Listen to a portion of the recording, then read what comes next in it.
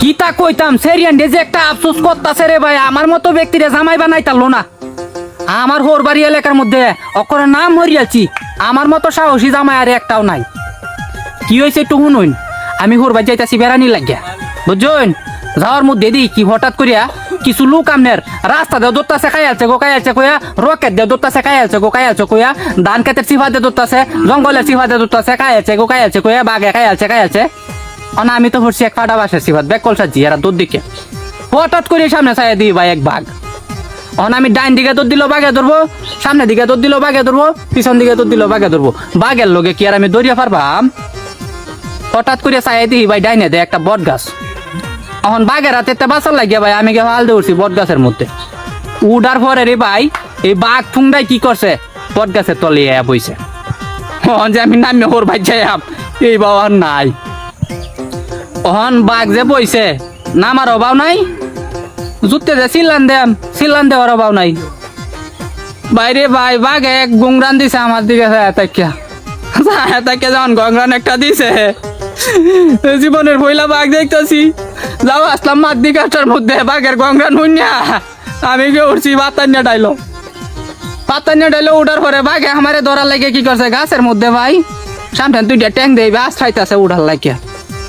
আমি এই কীর্তিকাণ্ড দেখিয়া আর সহ্য করতাম পারতাছি না, আমি তো মনে হচ্ছি আমি শেষ।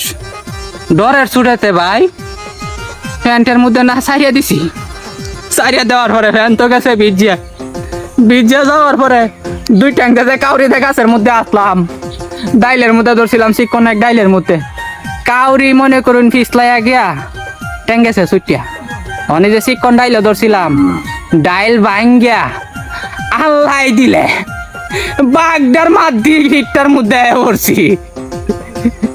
পড়ার পরে রে ভাই এই যে বাঘ এনতে কেঁচা খাইয়া গেছিন 1-1.5 কিলো ধরিয়া গিয়া, বাঘ তো ভাই যে কেঁচা খাইয়া গেছে, শক্ত একটা কেঁচা গেছে, ডাইলের কেঁচা আর আমার কেঁচা বুঝতেই তো পারতাছুন। কেঁচা খাইয়া তোরে ভাই মনে করুন 1-1.5 কিলো ধরিয়া গেছে, যে বাঘ আল্লাহ দিলে শেষ। বাঘ তো শেষ হয়েছেই, বাঘ যে কেমনে মরছে এটা তো আমি জানি আর আমার টয়লেটটাই জানে। ওর বাড়ি এলাকার আমাদের নাম মরিয়াছি, জামাই তো বাঘ মারিয়াছে গো, জামাই তো বাঘ মারিয়াছে। পরে গে শুনছি এই বাঘে কয়দিন ধরে খালি আমার ওর বাড়ি এলাকার মানুষটিরে উৎপাত করতেছে। সন্ধ্যার পরে কেউ বাইতে বাড়ি তারা না গয়লের গরু নেগা, বন্ধু কেউ ছাগল টাগল দিতে ছাগল খাইলায়।